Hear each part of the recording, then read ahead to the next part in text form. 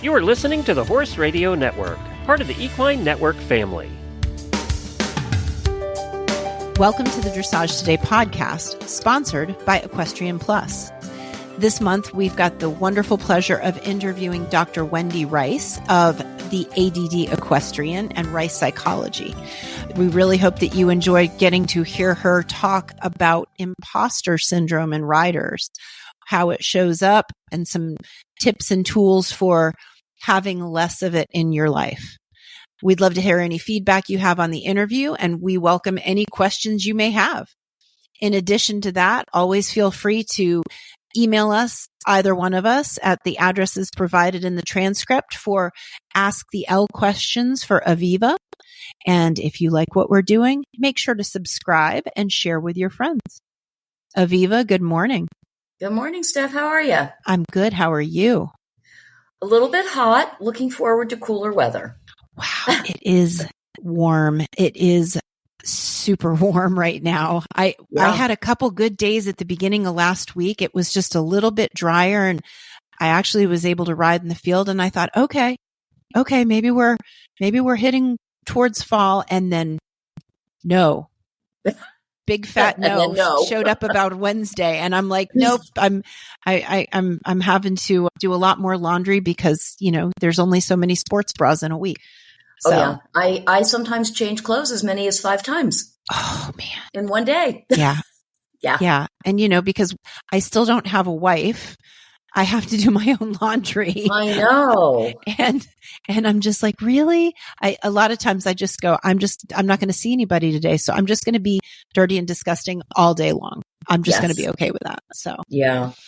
So do we need to worry about your ranch during this upcoming hurricane? Are you far enough inland that you're safe? We're in an interesting spot because we're at the top of a very, very large lake. Now, and I say at the top, we're like 30 miles north of it. So it's not like we have to worry about, a breach in the lake at all. But there's this thing called the lake effect.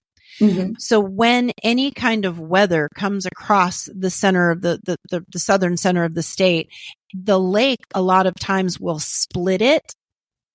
Okay. So it goes north and it goes south. And sometimes that very phenomenon minimizes the effects of whatever's going on. At this point, we're not worried. Good. I haven't seen any Florida panicking. Nobody's buying beer and bread toilet paper. And toilet paper. Yeah, got it. So no, we should be okay with this. Yeah, we actually are really dry. We got a little bit of rain. It's been a very dry summer for us. So it's been very weird up here in Maryland as well. We get, torrential rain, and literally within 24 hours, it's dry as bone again. Interesting. Yeah, it's been rough. So, but I was looking out my window today, and wow, it is so green and it is so lush. We did get a little bit of rain last night, but it's dry out there. It's just the weirdest thing. Well, we're limping towards fall. Yes. That's what I keep saying. Looking forward towards fall. I'm looking forward to being cold. Yes. And complaining about being cold rather than being hot. I kind of have a rule for myself. I set this rule a long time ago. I will complain when it's hot, but I will not complain when it's cold. I will complain when it's dry. I will not complain when it's wet. So if we get a lot of rain, I just kind of go, well, you can't complain about this. So, and with it being cold, I just put more clothes on. So yeah, it's kind of one of my weird little rules. The older that I've gotten, the less I have been able to tolerate heat. I don't know how you guys do it in Florida. And, I love it's not the heat, it's the humidity. And, it really is true. Yes. I was in Phoenix a couple months ago, and literally the temperature was 104. Yes. And you didn't feel that bad, did you? That's really hot. 104 is really hot. But if you go into the shade, it's hot and you sweat and it dries. Mm-hmm. If it's 90 in Maryland with 75% humidity, you are dying. Yeah. Yeah. The sweat never dries. Yeah. Yeah. They That's have the all problem. That, yeah. Go ahead. I'm sorry. I was going to say they have all that research now about how, how do you cool your horse? And, we used to scrape our horses, and now they say don't scrape your horse. Mm-hmm. And that makes sense to me, except if it's this humid, Mm-hmm. how do the horses dry? Yeah. That's the problem that we have, because we're subtropical where we're located. Wellington is subtropical. Ocala, not so much. Ocala is a little bit more temperate, but it literally doesn't cool off here at night. It can still be 84, 86 degrees at night here. Ugh. And that's the problem for the horses, is that they never get a break for several months. Yeah. My young horse came down from Indiana, and this is his first summer, and I'm watching him. He seems to be a very practical kind of guy. He's handling the weather pretty well.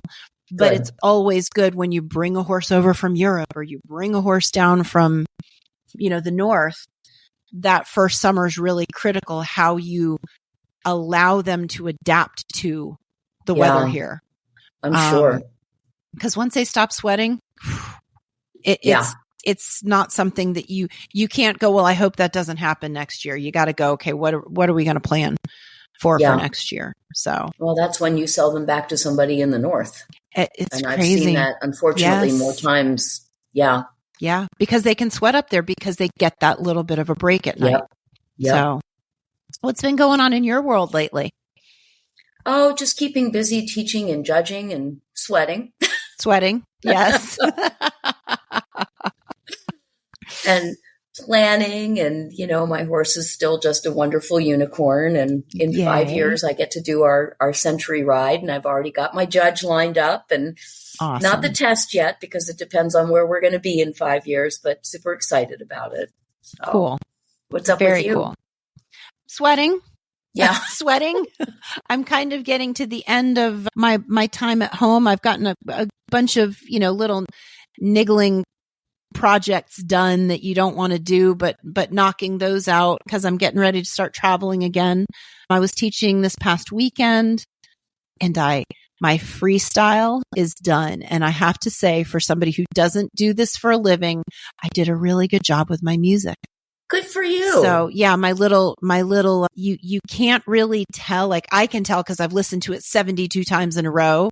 Yes. But somebody who's listening to it one time, they're going to be like, hey, where did that change happen? Yeah, that it's seamless. Good for you. Yeah. And I've run through it a couple times, and it's pretty, it's tight. But when I'm on, like, there's some things that I didn't even know I was doing really well with the music. And I'm like, look at that. That was great timing. Look at me. Good for you. So I'm excited. It makes me happy. I'm waiting for you to send it to me. Send me a video of you doing it. That would involve a second human being on the property. Yes, it would. Because I was like, I need to video this, but I can't listen and video. How's this going to work? Yeah. Pivo. Pivo. Yes. Somebody else's Pivo. Yes. So I'm really excited about our interview today with Wendy. I think people are just going to get so much out of it. Yeah.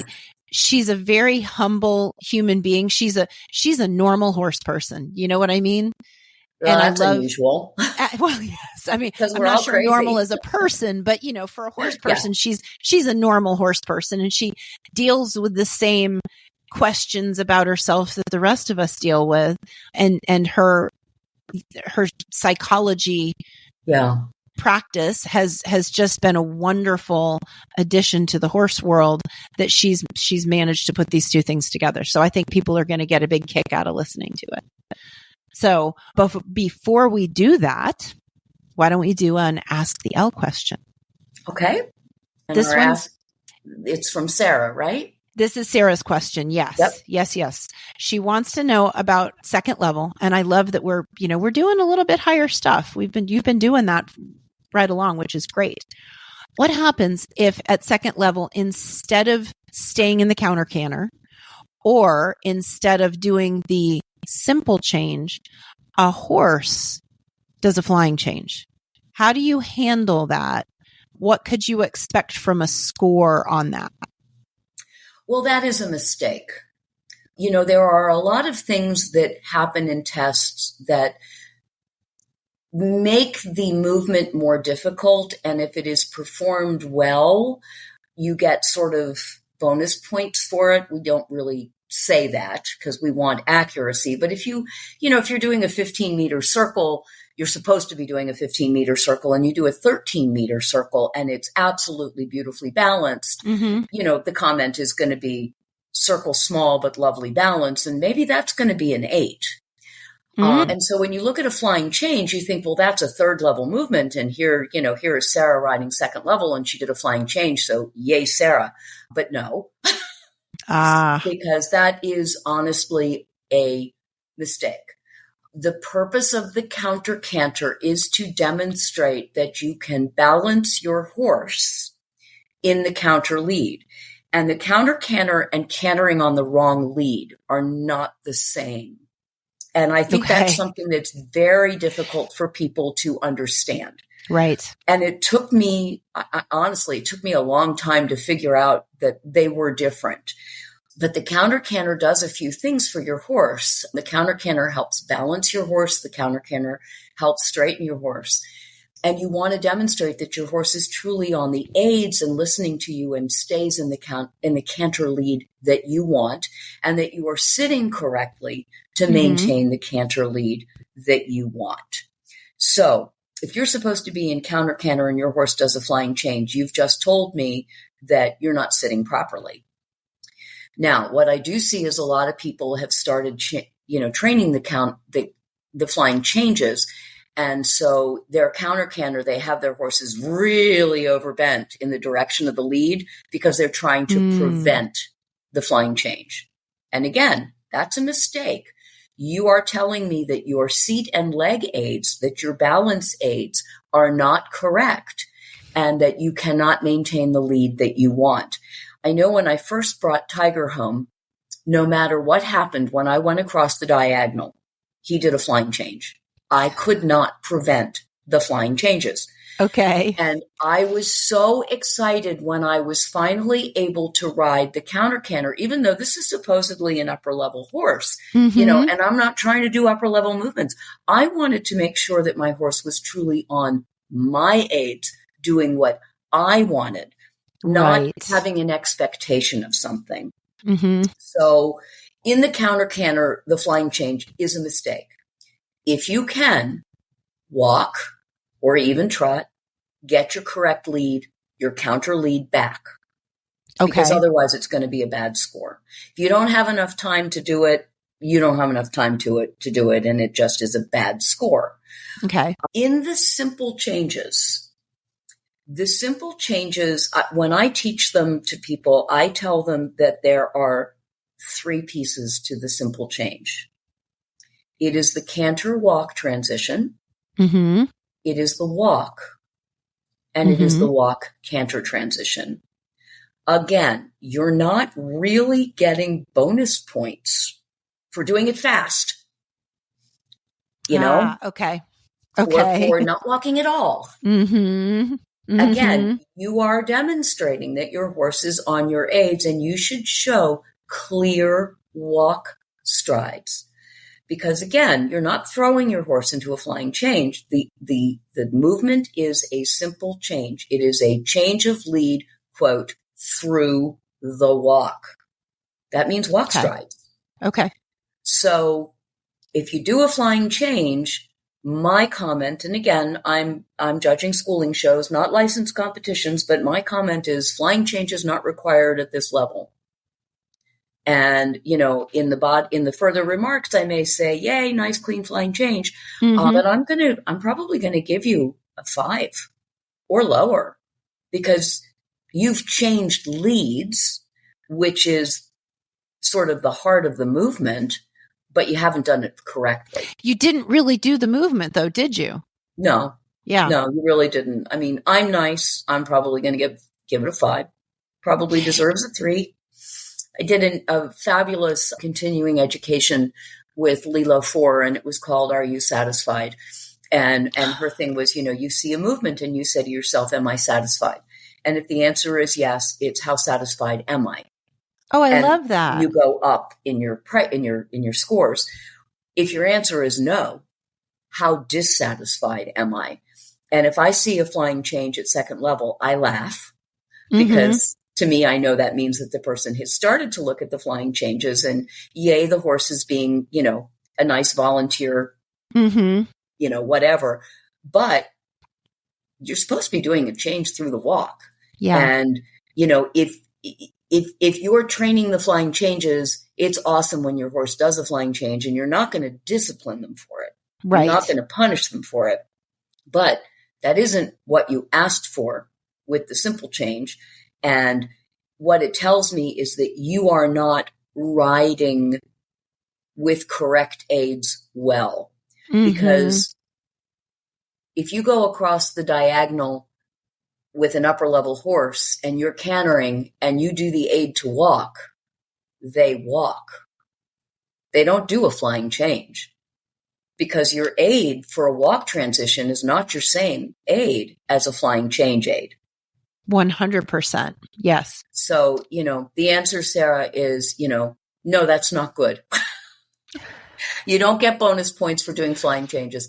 And, that's also true for, for first level test 3, when you go across the diagonal and you do, a change of lead through the trot.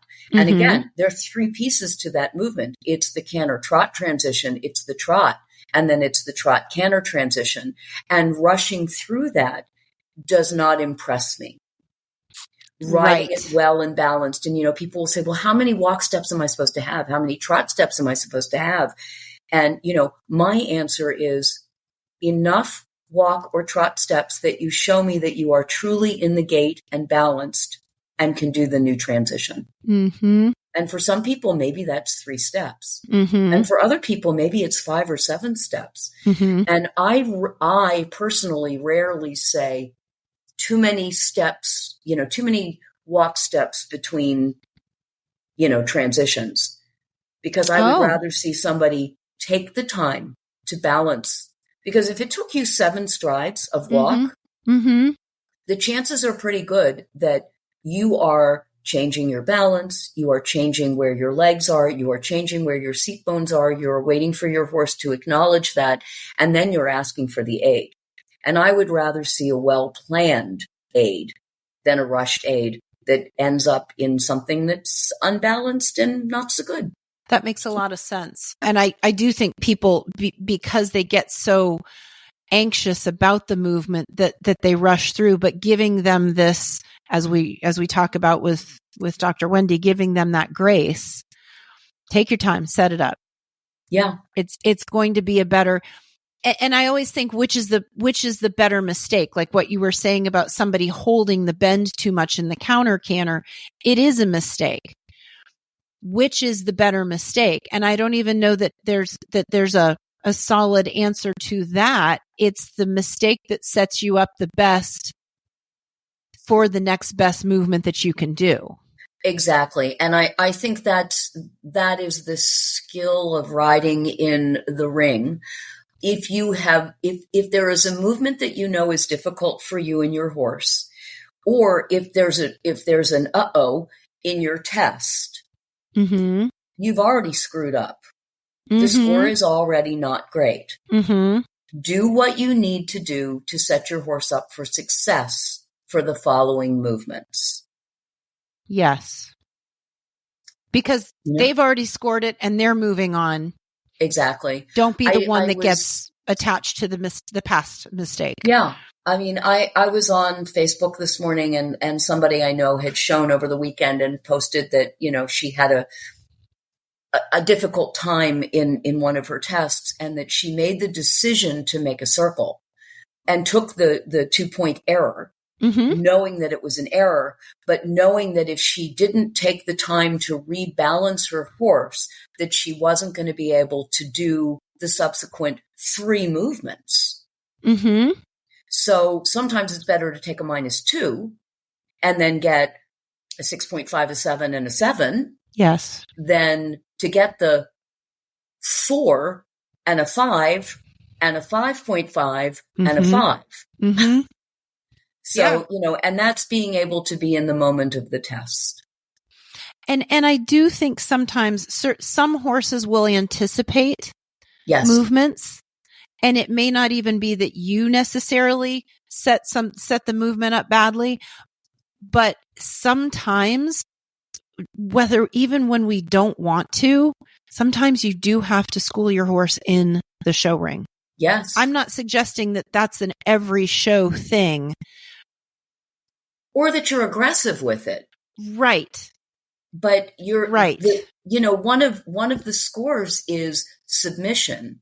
Mm-hmm. And, it's not kowtowing, Correct. it's not, the horse doesn't do anything, but it is supposed to be about the horse waiting for us to tell them what we want. And if they're anticipating, wow, what a nice volunteer horse, but wait for me because I'm the one who knows what's going on and you don't. Mm-hmm. Mm-hmm. Okay. Thank you for that insight about what to do with the anticipated change in second level. Yes. Stop thinking. Just stop thinking. Oh, excellent. All right. Well, we're going to go to our interview with Dr. Wendy, but first we're going to have a word from our sponsor. From short training tips to how-to videos and insider access to private clinics and lessons, learn from top dressage experts with Equestrian Plus. Watch exclusive interviews and lectures, slow motion demonstrations, and step-by-step tutorials taught by top-level pros, and explore cross-discipline topics such as groundwork, rider fitness, and stable management. Visit equestrianplus.com to sign up for a 7-day free trial with subscription. And we're back. We're here today with Dr. Wendy Rice of both Rice Psychology in Tampa, Florida, and the ADD Equestrian, which is kind of more based out of Ocala. Would that be a fair statement, Wendy? It would be. Okay. Thank you for joining us. So excited to have you here. I am so thrilled. So, did you show this weekend?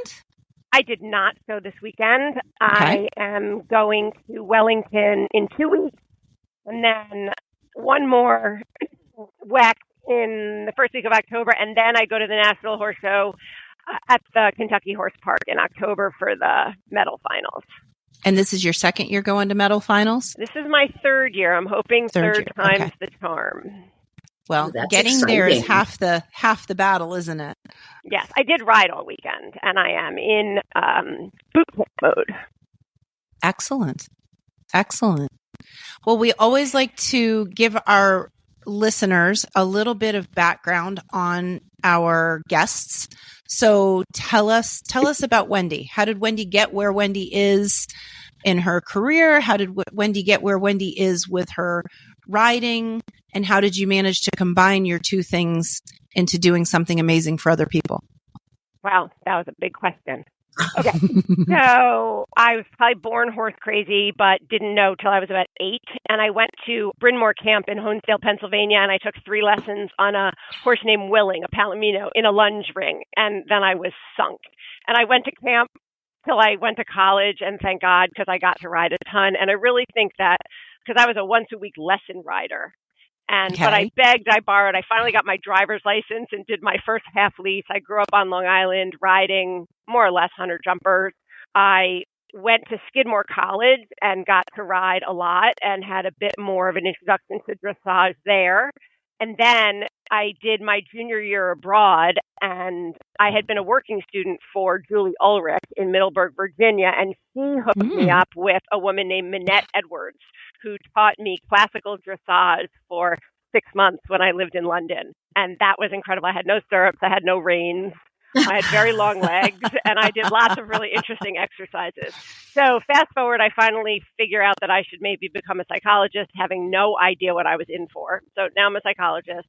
But I was a working student for Julie Ulrich, and I learned at 18 or 19 that I needed to make enough money to ride as an amateur because I was not a professional horsewoman. I just knew that I loved this and I needed to keep it in place. So people would always say, why don't you use horses in your work? And I have a little bit here and there, but being like an equine assisted therapist, not really my jam. And I kept it separate for a really long time. And I guess I've struggled. Our topic today is imposter syndrome. It is near and dear to my heart. And I didn't feel like I had anything to offer for a long time in the equestrian arena. And then little by little, being at horse shows, I started talking to people and I was helpful. And people in Ocala knew that I was a psychologist, and they would sometimes call me and say, hey, so-and-so is walking this course. Do you mind joining us?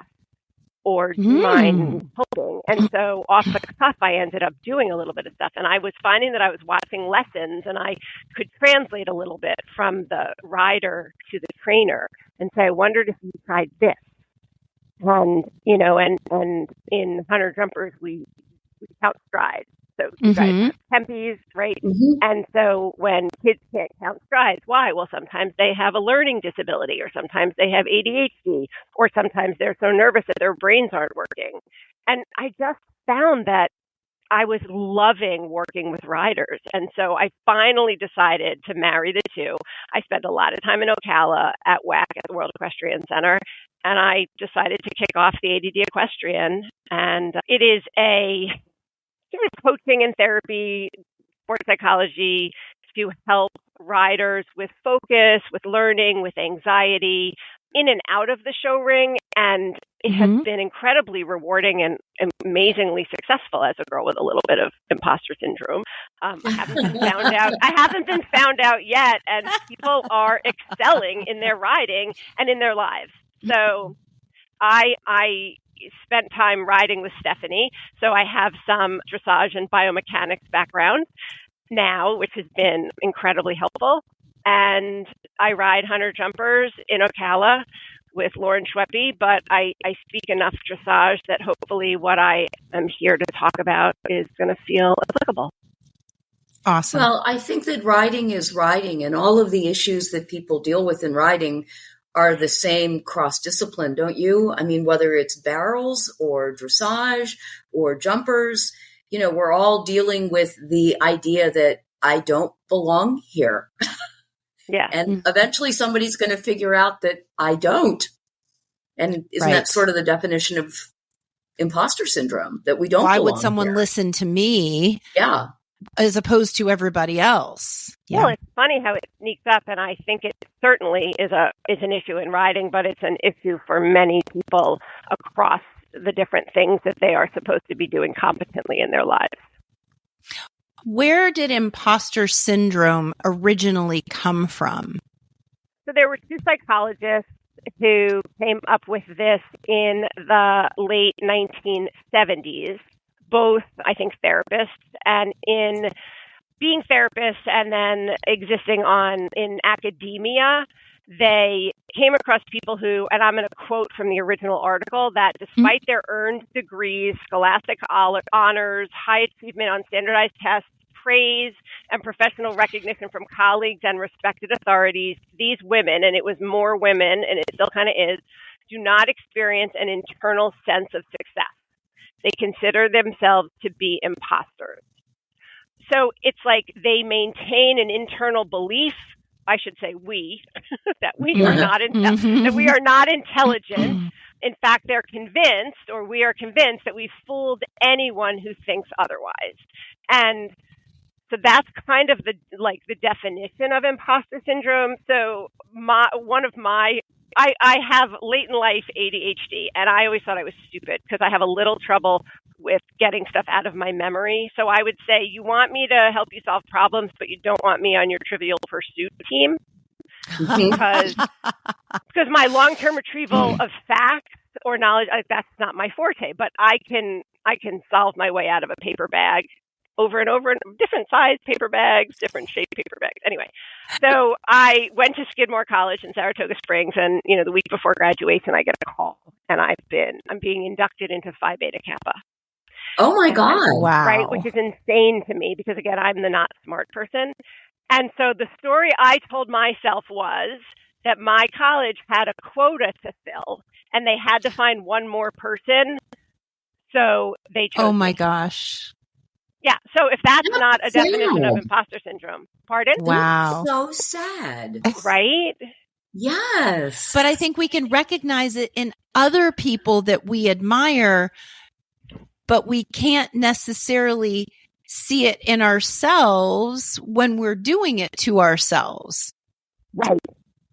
And so, it shows up, and we're going to get to the horse part, but it shows up where if you have a successful test, maybe it's because the judge was nice and she scores with leniency versus I got a good score because I really practiced and I was prepared and I executed the movements well from an objective standpoint. Right. Like what do you attribute success? So people with imposter syndrome are likely to attribute their success to factors outside of themselves. Yes. And the super and the I would say the confident people and the super cocky people will always take credit for their success. And when the imposter syndrome, the person who struggles with imposter syndrome doesn't do well, it's all their fault. So when they don't do well, it's an internal cause. Yeah. Comes from the inside of me. And when they do well, it's because of, an external cause. That makes sense. Well, that just summed me up in a nutshell. Thank you. I'm here for you. We're getting free therapy on a Monday morning. Okay, well, she's described me, but now how do we fix it? Yeah. No, we don't need to get there yet. There's so many different things that we can do. Okay. Do you think that it's more... Go ahead. I'm sorry. No, I just wanted to give credit where credit is due. So it's Pauline Clance and Suzanne Imes coined the term in 1978. Okay. And then just a soundbite. It was observed among high-achieving women who, despite their successes, doubted their competence. And that really is what it is. Yeah. Well, that's interesting that it is more prevalent in women than men. And I'm thinking about like our riding culture versus the riding culture in Europe, let's say. And when I lived in Germany, riding and being a trainer and a coach was actually quite a revered situation. Herbert Rabine or Rainer Klimke, people looked to these men. They were icons. The local Joe Blow would go to watch a horse show. They had no interest in horses, but they watched a horse show the way we watch football because they admired the humans, but there's a lot more men over there, or there used to be. So it's interesting even there that it's been a much more accepted profession. Whereas over here, I think, I was thinking when you said, that you realized you had to get a real job so that you could afford to be an amateur. It's one of the things my parents said to me is go to college, get a job so you can afford to own your own horse. If you're a professional, you'll just be poor and only ride other people's horses. We do not look at this as a legitimate sport and a legitimate profession. I'm going to say I don't agree with you there, Steph. Yeah? Yeah, I'm going to say that I think that most parents, when their kids want to do certain kinds of activities, play football, play basketball, ride horses, be musicians, act, write, the arts and sports, I think most parents say, get a college degree and then do the other thing as a hobby because there are so few people who have the skill to be successful. You think about how many Olympic athletes there are out of how many people actually do a sport. Mm-hmm. So I don't know that it's not a legitimate sport so much as our parents want us to be able to be successful and take our passions and keep them fun. Well, that's a good point. That is a good point. I just think about like when I introduce myself to people, I'm like, well, I'm a horse trainer. Right there. That's kind of putting it. Maybe there's a little imposter syndrome. So maybe we need to work on your elevator pitch. Going down, not going up. See, when I introduce myself, I say I help people enjoy their leisure time. There we go. I help people take their fun and make it better. I like that. Yeah. I like that. Yeah, Stephany, All right, you're Wendy. so much more than a horse trainer. I'm going to get back to you on that. We'll work on that for you because you're way more than a horse trainer. Thank you. Oh my God. Thank you. You're a life changer. Well, thank you. Talking about imposter syndrome, we're considering ourselves sort of lower level kinds of people on the food tree. I wondered if everybody experiences imposter syndrome, even, big fancy people who we all look up to, Olympic athletes or, people who win Pulitzer Prizes or whatever, that it's sort of ingrained into who we are, and that maybe the confident and the cocky people are hiding that imposter syndrome feeling as well? People from any level of success, including Olympic athletes, can have imposter syndrome. Hopefully, if you've made it to the Olympics, you have some tools to manage it. But feeling like I don't belong here, or they're going to find out I don't really have it, or it was a mistake, is something that it's sort of indiscriminate in terms of how it can attack people. And because by definition, it affects people who are successful. Those are the most successful people. So for sure, high achieving Pulitzer Prize winners, like it definitely has a bit to do with, your personality and stuff. So if you're, again, I use the word cocky, but maybe extremely confident, you're not apt to have it. Okay. So they're not just covering it up. They really don't feel this way internally. There are people who really believe, have like legitimate confidence and believe they are competent and believe they belong there and believe that they earned it and can see things objectively. That must be so nice. I know. I've met people who believe that they deserve to be where they are in life, and it's fascinating. I think my husband is one of them. He's yeah.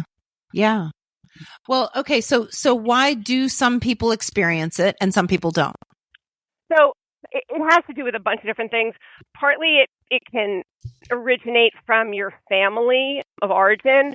So in some families, they talk about being told that maybe your sibling is super intelligent and capable, and always sort of being compared, and no matter what you do, you are never going to measure up. So you work your butt off and you achieve, you work and you try, but no matter what, you sort of believe the lore that your family portrays, which is that your sister, brother is the intelligent one and you're never going to quite measure up. So you just work really, really hard. And like part of you is like, wait, I am smart, but part of you believes this myth that families can carry on. Another option is like when you grow up and your parents are like, oh, you're amazing, you're smart, you walked early, you read early, you did everything early and well.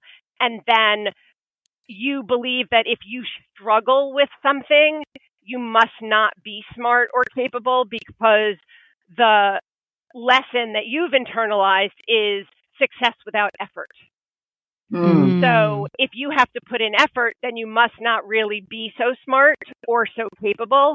So those are sort of two family dynamics that can kick this off.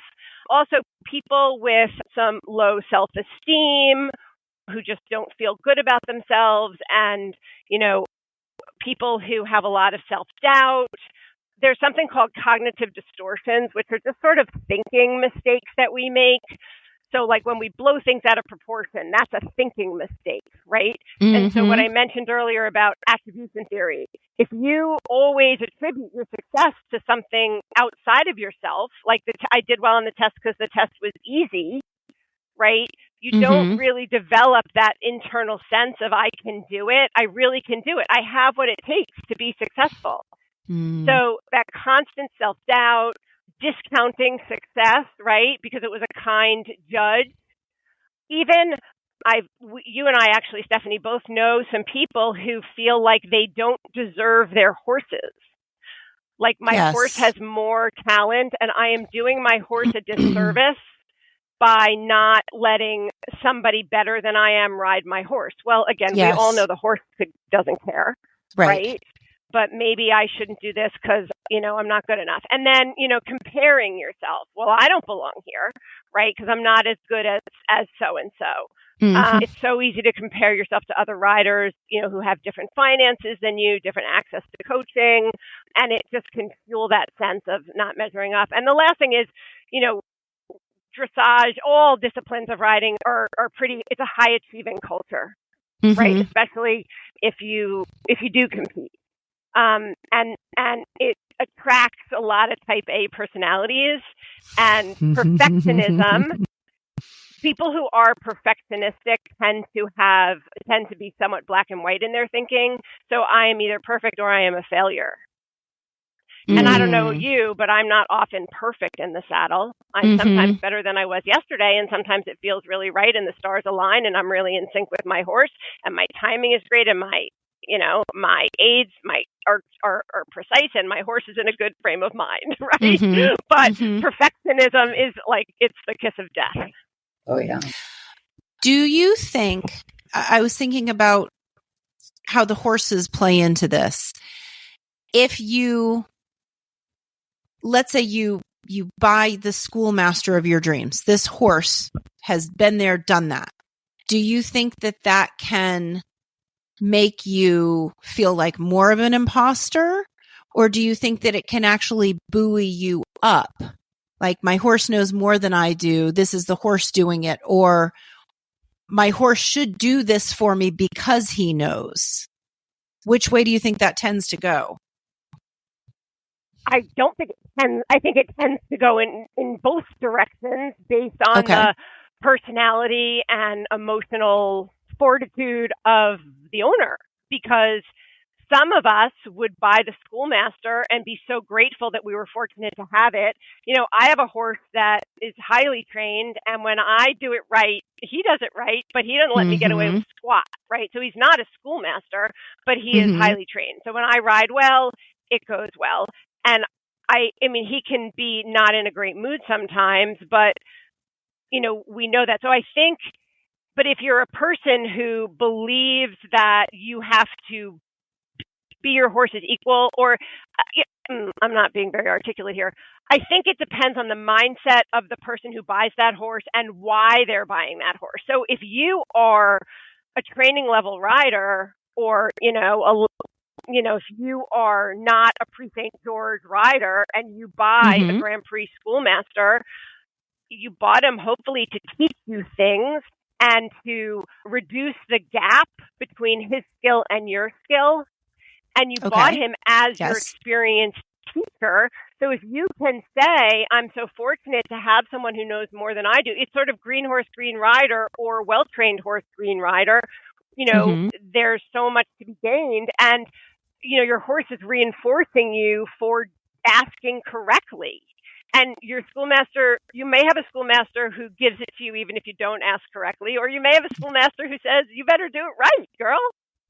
Yeah. So it so depends on the mindset. So if you are a person who has a schoolmaster and you're feeling really badly about yourself because you can't make your schoolmaster do what the previous rider could get him or her to do, then you may want to work on your thinking about it and your mindset about it a little bit, because it may have less to do with your riding and more to do with how your beliefs about your horse and yourself. I think that's something really important. I like that you just said that, because some of it is our belief system and how we approach things. And, I think maybe the goals in what we're doing, I think about how many times people go for a lesson and what they want to hear is, that's good, you're doing everything right. But isn't the goal of going to a lesson to do it wrong? So that the instructor can tell you how to do it right and make it better. Yeah. But we judge ourselves on the quote failures rather than judging ourselves on our ability to learn. There's so much to being coachable.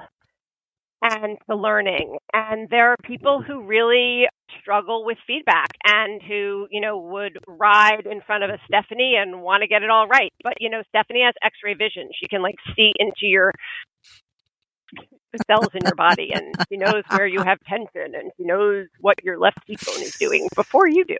But being coachable, sneaky Stephany. Oh, she's very sneaky. That's Stephany. She knows a lot of things about a lot of things. I got the special Mary Wanless X-ray vision glasses. Yeah, no kidding.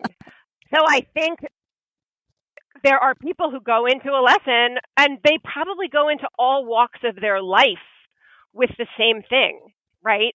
Tell me I'm good, because it's like a dagger to my heart if you tell me I made a mistake, because maybe they really have a lot of all or nothing thinking. I'm either perfect or I'm a failure, right? Yeah. And they, having sort of a learning growth mindset is really how we want to approach. We want to approach not that my skills are set or my intelligence or capabilities are set, but that they are plastic and they can change and they can improve.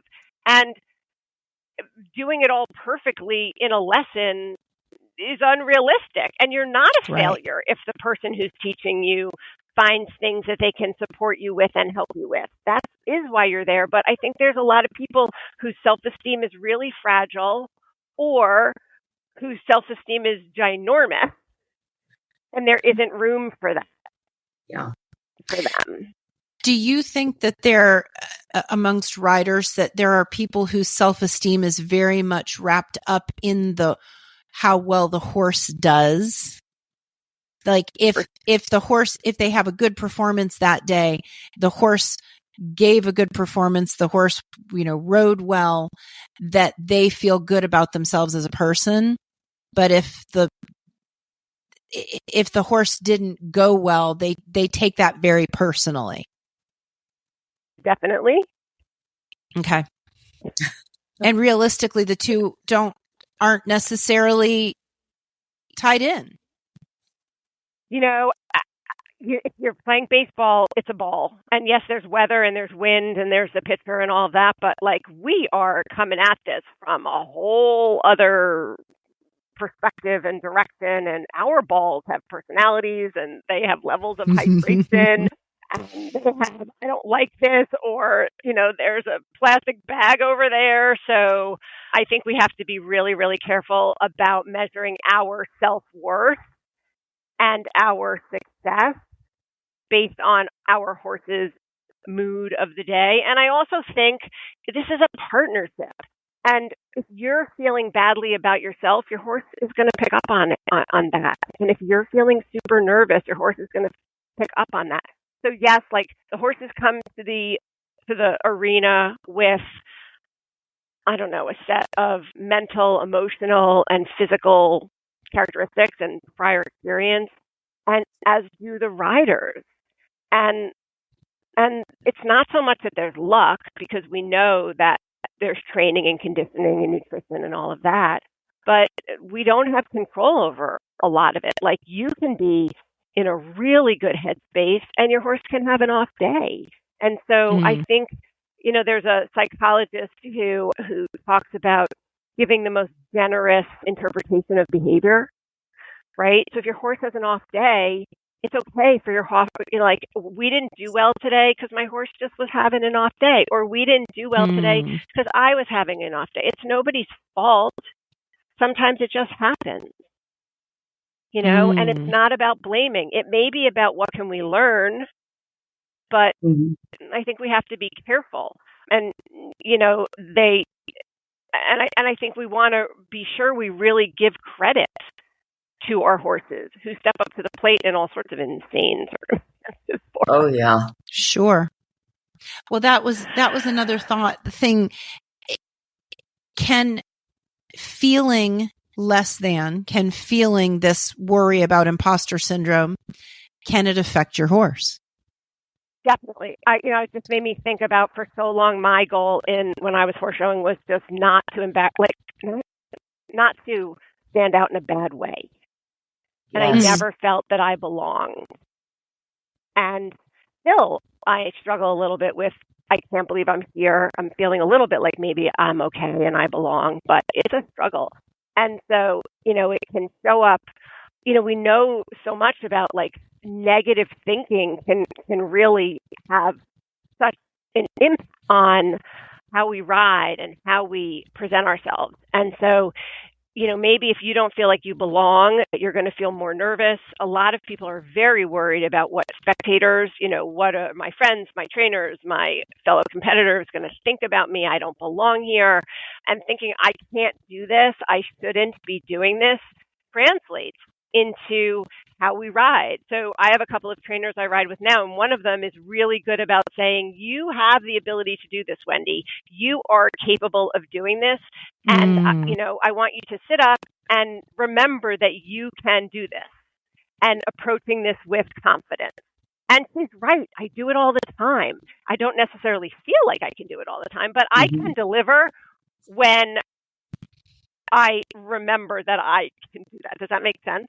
Absolutely. And when you are not sure heading into, I don't know, the free walk that your horse is going to actually walk and not jig a little or not trot, well, you're thinking that, and you're not so consciously telling the horse, if you say don't jig or don't trot or don't like melt into the canter when I'm wanting a free walk, that is a lot of noise, right? Yeah. So that can really affect your horse. You've sort of got to feel the gates, feel what you want, be clear in your thinking and your intention, because the horses pick up on our conscious and our not so conscious stuff. They're prey animals. It's all about feeling with them. And so it can really impact the horse. And nerves, we know, are brutal, right? So, we have the schoolmaster who maybe can absorb our nerves and will do it anyway. Years ago, I was buying a horse and I said to the trainer,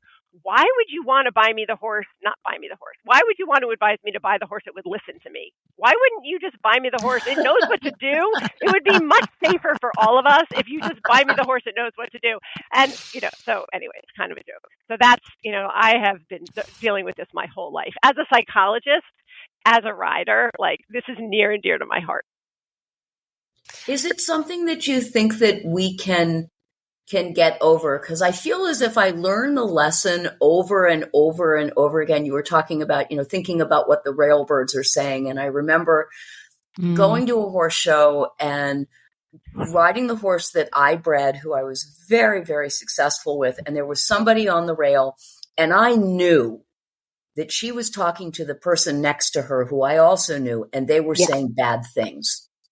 And at the end of the test, the other person walked up to me and said, we loved watching your test. And so said she's so thrilled to see you riding so well on such a nice horse.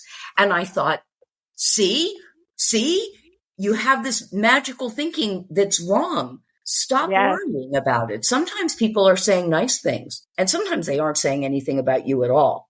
But how do we learn those lessons so that they stick? Or can we?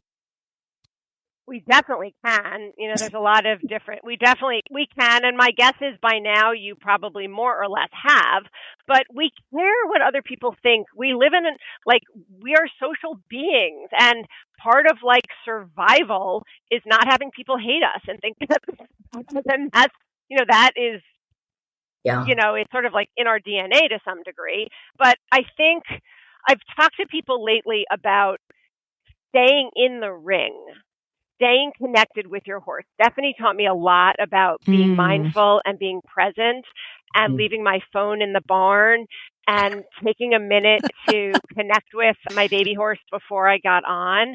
And that lesson has served me really well. And when I talk to ADD equestrian clients about their fears about embarrassment was where I was going, sounds like. Interesting slip of the tongue. Very interesting slip of the tongue. My trainer's going to fire me. Right. Well, that is not an unusual thought, right? If I fall off again, I'm out, right? Or my trainer is hiding behind a pillar because he doesn't want to be associated with me. I have to put somebody else's name as the trainer down on my injury. Okay, sorry. But I think learning to be in the ring and be connected and present with your horse because that's your focus. Because if your mind is on what are they saying about me on the rail, well, then you're definitely not present on your next movement and makes it really, really hard. But I also think, so I was in high school and I was worried about something, and Glenn Pollack, who was the school psychologist, said, you're not that important.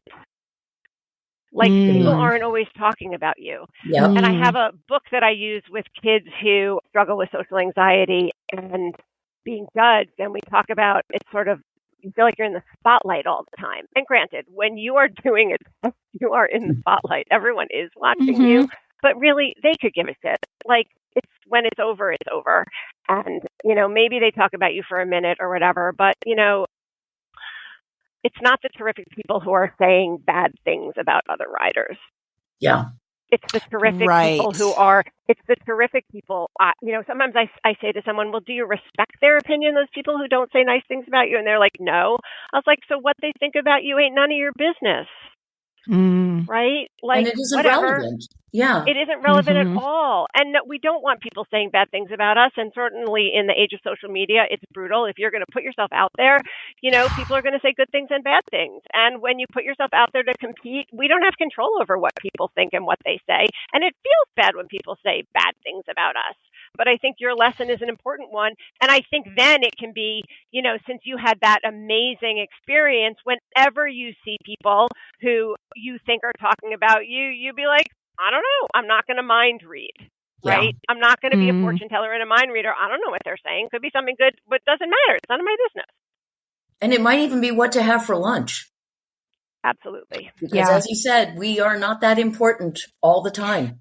Well, and when you said that, it made me think about something my Bible study leader says. She says, none of us are special, and we're all God's favorite at the same time. So if none of us are special, then why is anybody paying any more attention to you than anybody else out there? Yet you get to stand out within, you're in your field. You're in your arena. This is your moment to shine. But yeah, you're no more special than anybody else. And I think that's really hard. And I think holding sort of this dialectic, how can I be special and not special? How can I be unique and not, you know, and so in dialectical behavior therapy, DBT, which is a therapeutic orientation, we talk about I'm okay how I am and I can do more and improve, you know, and still work. And how can we hold these I'm okay as I am and there's room for improvement at the same time? But I think being okay with yourself and battling imposter syndrome to some degree relies on or requires the ability to be like, to have the wherewithal to take riding lessons and to be criticized and get feedback. On some level, you got to be like, I'm okay and I can be better. Well, I think we think that about our horses all the time. You can be super happy with your, like Aviva, how old is your horse? 23. Okay. And you just love riding him. He just makes you happy. He's a unicorn. But you don't show. And that is also okay. So there's two things. If you know, if Dante's doing 4th level, I don't look at this as why isn't he doing pre-St. George? I look at, I am super happy with him doing 4th level. So we're able to do that for our horses to hold two different truths at the same time. But I don't know that we do it for ourselves. Right. With as great of ease. A little bit of giving ourselves grace. Yes. And the benefit so give us some, agreed. Give us some tools. Give us some tools, Dr. Wendy. Can I take a pill? The red one or the blue one? Yes. You definitely can take a pill. Or wine, a little more grape juice. Yeah, grape juice, right? Probably the first glass of wine can help, but the second is not going to help. Okay. So so strategies. First of all, labeling it and being aware that this is something that plagues you is a first step. Like, the evidence is I've had a lot of success and I still feel like I'm faking it, and I still feel like any minute somebody's going to be, she does not belong here, or you're going to fail and you're going to be found out, right? So recognizing that this is imposter syndrome talking rather than the truth, rather than reality, can be a first step. And like, there are times, and I don't know, Aviva, if you've experienced this, where like you could sit down and write a list of your accomplishments and like, okay, I deserve to be here. I've put in the work. I've done the training. I have demonstrated that I am capable and competent over and over and over again by virtue of this list, let's say, for example, right? Okay. And then when you're having, I don't belong here or I'm fake, right? You can say, hold on a minute. Is that imposter syndrome talking? So we kind of externalize this thing. You can even give it, you can draw a picture of it. You can make it an avatar so that when it rears its ugly head, you can say, whoa, get out of my head. Shut up. I'm not listening to you right now. I'm going to choose reality. Yeah. Right? So that's one thing. So number one, recognizing it. And number two, keep, you could call it a competence file or an achievement file that nobody, like that you can't dispute. Because if you have achievement over, if you have a list of achievements or accomplishments or successes or whatever, at some point it's not luck. Right? That's a good I was point. watching, how like your social media feed, like I like gymnastics, so I watch a lot of tumbling, and there's this guy that tumble doctor or something, and he has a kid, and she does like a back handspring, and then he says, okay, once is luck, okay, do it again because I want to make sure it's not luck, and two, he says, could be a coincidence, but three is a skill. Okay. And I like that. So, keeping some reality checking, right, of past successes, of feedback that you've gotten from trainers, from friends, and progress, right? At the beginning of the year, maybe you could do, I don't know, a pretty good leg yield. And now you can do a half pass. Like, holy cannoli. That's huge development, right? Another thing is, we talk about SMART goals and we talk about setting goals for ourselves. But one of the things that I've learned recently is you can do like outcome goals, which is I'm going to learn to do a half pass. Or you can do identity-based goals. And identity-based goals is I'm the kind of rider who sets up her bend and pays attention to how her horse's legs are moving to da-da-da-da. Does that make sense? So I actually have an identity-based goal for myself because I am competing in some pretty big classes. I'm in the stadium at WEC, and I came out recently and I was like, I'm going in now feeling like I belong enough to show up, but I'm not good enough to win. But I am good enough to win. I have a good enough horse and I ride well enough and I am a competitor, right? So I was working on identity-based goals with a ADD equestrian teenager. And I wrote my own, and I have it now as the screensaver on my phone. And it says, I am a calm, confident rider who belongs in the Derby ring, a true contender who leads with quiet authority, rides with intention, and trusts in my partnership to deliver a winning round no matter what comes up. Oh, I love that. That's awesome. It's something that your best friend would tell you. It is, and that's a great idea. What would you tell your friend in this situation? Yep. Right? And what would your friend or your trainer say to you? I am so grateful for the trainers that I've ridden with because often they have way more belief in me and my ability than I have in myself. And starting to, at almost 56 years old, internalize a little bit more of a sense of mastery. I don't know, like when I first started riding my young horse with Stephany, I didn't know I had two seat bones. I was a little uneven, and sometimes my baby horse would sort of run through my left leg out of the ring. Been there, done that. Oh my God, who knew that you needed to have weight in your outside both stage seatboats. A little bit to like Crazy. push your horse in the ring, right? And so, like getting on, and instead of getting on and feeling like, oh shit, it's going to happen again, to get on and say, I know what to do, because it's so powerful when you can turn your horse from your outside age and you don't need an inside rein. Oh my God, right? But so believing that a little bit. I am a rider who can, who can manage a horse and effectively by engaging both sides of my body, whatever. Okay. The other thing is normalize it, because you would be shocked at how many other people feel the same way that you feel. So obviously, you don't necessarily need to bring it up all the time or talk about it all the time, but it is for sure something. So one of the effective sort of therapeutic interventions is group therapy, because there's a lot of high achieving women or successful riders who feel this. And you could say to somebody, hey, do you ever feel like you don't quite belong here? Or, that like at some point somebody's going to know, you don't quite know how to do this or whatever. And you might be surprised because you're probably not alone. And then, of course, therapy, professional support for a psychologist or a psychologist or a mindset coach, or, read some books. Or even talking to your riding coach about this. I mean, I know not all riding coaches are interested in dealing with this aspect of it, but it might be something that they can resonate with themselves, and they can tell you how they dealt with it at some point. Sure. I think that's really, really important. I think the good trainers, riding coaches are part therapists, part, they deal so much with the emotional side of. I do so much more therapy now than I did when I was a social worker. There you go.